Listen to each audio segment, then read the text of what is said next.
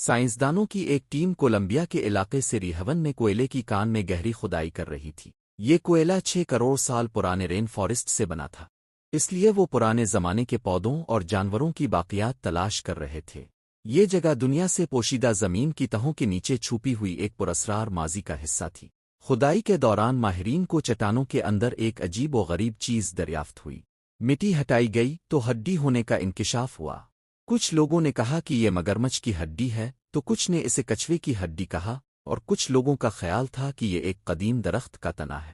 لیکن یہی ہڈی بعد میں سائنس کو ایک ایسی دنیا کی طرف لے گئی جہاں اب تک کا سب سے بڑا سانپ رہتا تھا، ٹائٹنو بووا۔ یہ کوئی عام سانپ نہیں تھا، یہ آج کے گرین ایناکاندا سے 10 گنا بھاری اور مسافر بس سے زیادہ لمبا تھا۔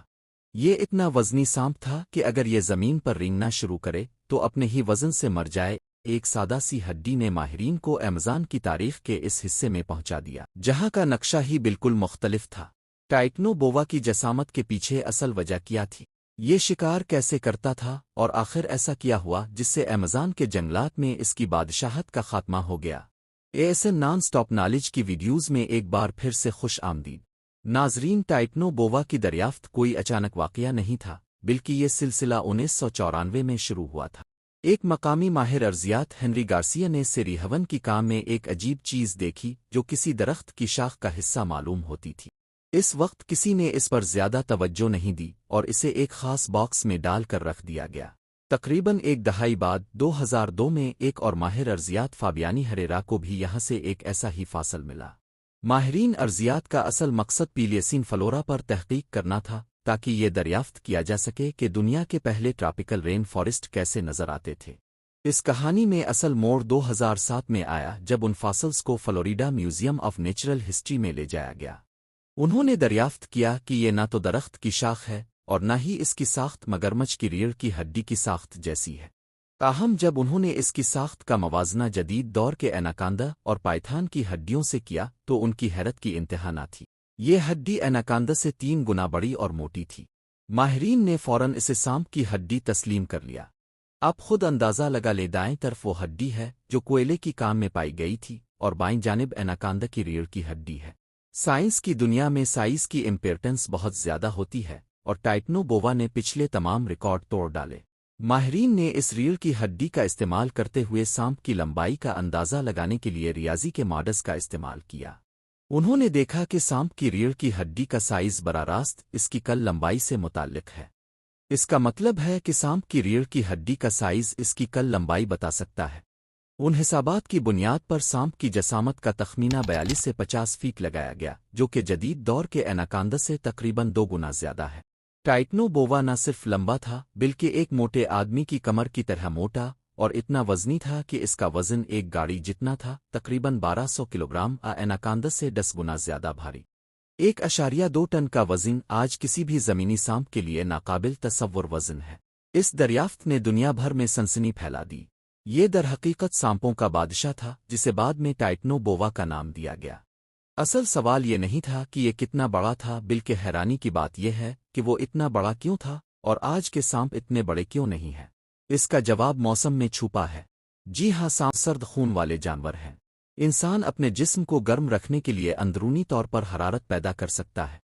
اہم سانپ اپنی گرمی کے لیے ماحول کے درجہ حرارت پر منحصر ہوتے ہیں۔ بایولوجی کا ایک سادہ اصول یہ ہے کہ ماحول جتنا گرم ہوگا، سرد خون والے جانور کا میٹابولزم اتنا ہی تیز ہوگا۔ تیز میٹابولزم کا مطلب ہے زیادہ توانائی، زیادہ کھانا ہضم کرنے کی صلاحیت تیزی سے بڑھنا اور بڑے جسم کو برداشت کر پانا۔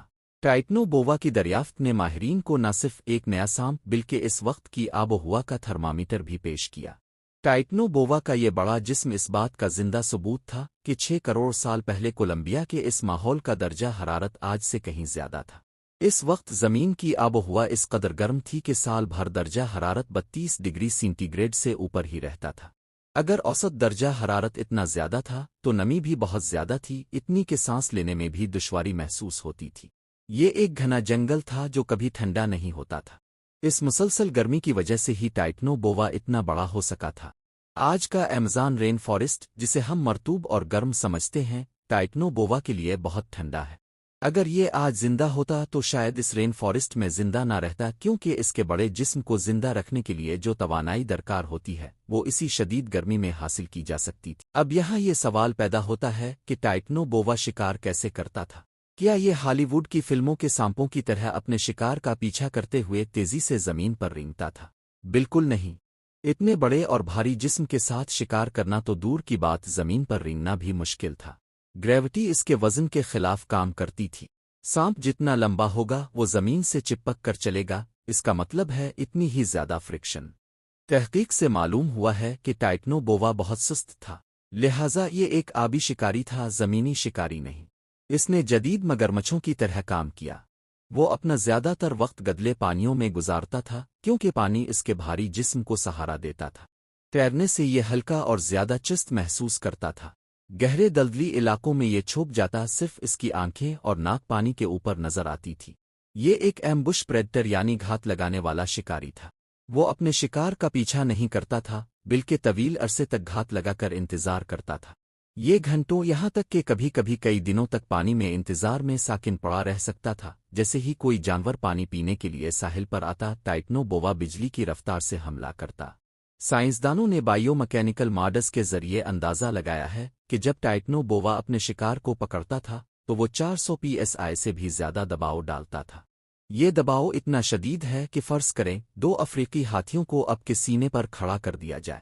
ٹائٹنو بووا اپنے شکار کے ختم ہونے کا انتظار نہیں کرتا تھا، بلکہ اتنا دباؤ اس کی ہڈیوں کو ٹکڑے ٹکڑے کر دیتا تھا اور بلڈ سرکیولیشن کو فوری طور پر روک دیتا تھا، جس سے اس کا شکار پلک جھپکتے ہی ہلاک ہو جاتا تھا۔ لیکن وہ کھاتا کیا تھا؟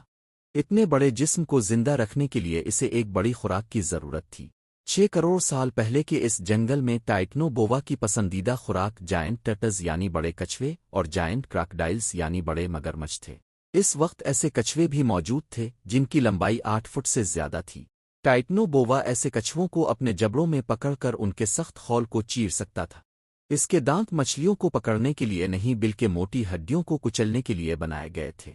اسی طرح بڑے مگرمچھ جو اب جنگل کے تالابوں میں خوف کا عالم بنے ہوئے ہیں، ان سے بڑے مگرمچھ ٹائٹنو بووا کا شکار تھے۔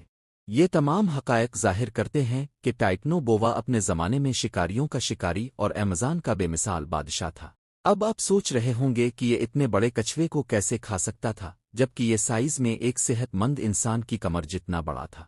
آپ کو بتاتے چلیں کہ سانپوں کی دریافت میں سب سے بڑا چیلنج ان کی کھوپڑیوں کو تلاش کرنا ہے۔ سانپ کی کھوپڑی بہت نازک ہڈیوں سے بنی ہوتی ہے جو مرنے کے بعد جلد ٹوٹ جاتی ہے۔ ٹائٹنو بووا کی دریافت کے بعد چند سال تک ماہرین کے پاس صرف ریڑھ کی ہڈیاں تھیں، جس کی وجہ سے وہ اس کے چہرے اور شکار کے طریقوں کا درست اندازہ نہیں لگا سکتے تھے۔ لیکن پھر 2011 میں ایک انٹرن جارج مورینو برنل نے سری ہون میں ٹائٹنو بووا کی کھوپڑی دریافت کی۔ اس کھوپڑی نے ثابت کیا کہ اس کا جبڑا ایناکونڈا کی طرح ڈسلوکیٹ ہو سکتا تھا، جس سے یہ اپنے سائز سے 3 گنا زیادہ بڑی چیزوں کو آسانی سے نگل سکتا تھا۔ اس کا دماغ چھوٹا تھا لیکن اس کے حواس انتہائی تیز تھے۔ اس کے پاس پٹ ایورگنز تھے جو دوسرے جانوروں کے جسم کی حرارت کو محسوس کر سکتے تھے، جس سے وہ اندھیرے میں بھی شکار کر سکتا تھا۔ یاد رکھیں، پانی صرف ٹائٹنو بووا کے شکار کا ذریعہ نہیں تھا، بلکہ یہ اس کی بقا کے لیے بھی اہم تھا۔ اگر اتنا بڑا جسم خشک زمین پر رہتا تو یہ اپنے ہی وزن سے دب جاتا اور اس کے اندرونی اعضاء پھٹ جاتے اور وہ مر جاتا۔ پانی اس کو سہارا دیتا تھا تاکہ وہ اپنے بوجھ کو ہلکا کر سکے۔ اس طرح ٹائٹنو بووا کی زندگی پرفیکٹ بیلنس میں تھی۔ گرمی نے طاقت فراہم کی جبکہ پانی نے اسے ہلکا رکھا۔ یہ ایک قدرتی عجوبہ تھا جو اس کے ماحول کے لیے بالکل موزوں تھا۔ لیکن سوال یہ پیدا ہوتا ہے کہ اگر یہ اتنا کامل، اتنا طاقتور تھا اور اس کا کوئی شکاری دشمن بھی نہیں تھا، تو جنگل کا یہ بادشاہ کیسے معدوم ہو گیا؟ جواب سادہ لیکن افسوسناک ہے۔ دنیا بدل گئی لیکن ٹائٹنو بووا خود کو اس طرح بدل نہ سکا۔ پلیسین پیریڈ کے بعد زمین کی آب و ہوا آہستہ آہستہ ٹھنڈی ہونے لگی۔ ہم انسانوں کے لیے چند ڈگریوں کی تبدیلی معمولی بات ہے، لیکن سرد خون والے ٹائٹنو بووا کے لیے یہ موت کی گھنٹی تھی۔ جیسے جیسے سردی بڑھنے لگی، اس کا میٹابولزم سست پڑ گیا، اس کے ہاضمے کا عمل لمبا ہو گیا اور اس کی طاقت کم ہو گئی۔